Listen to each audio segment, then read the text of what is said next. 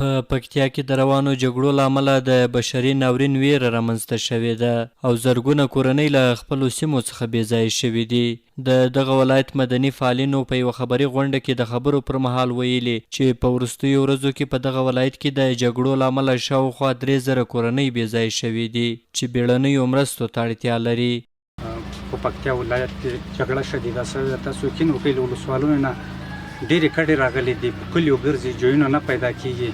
نو زموږ په ولایتي اداره باندې هم غږ ده، په چارواکو هم غږ ده تر څو زر تر زره د خلکو سره مرسته وشي او خلک ډېر بېچاره دي، ډېر مظلومان دي، یعنې په سر پناه نه لري.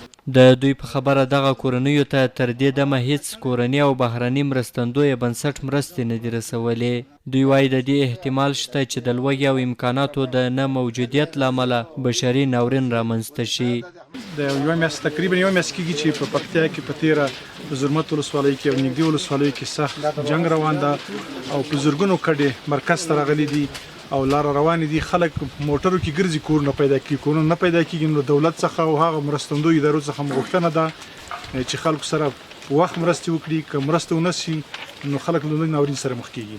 دوی پر مرکزي حکومت او نړیوالو موسسو غږ کړی چې ژر تر ژره دې د خلکو لاسنیوی وکړي.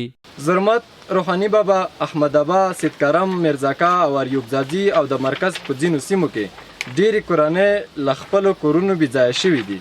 د پیښو په وړاندې د مبارزې وزارت، بهرنیو خیریه سازمانونو، د الکوزي شرکت او ملي پانګوالو غږ کوو چې د یادو کورنیو سره ژر تر ژره همکاري پیل کړي. نو موږ د پکتیا د ولایتي چارواکو نه غوښتنه کوو چې ناسم معلومات مرکز ته ورنکړي. د خیر او د خیرت څنګه چې وضعیت یې په همدې ډول معلومات ورکړي تر څو پکتیا وژغورل شي او دغه روانې بدمرغه جګړې ټغر ټول شي.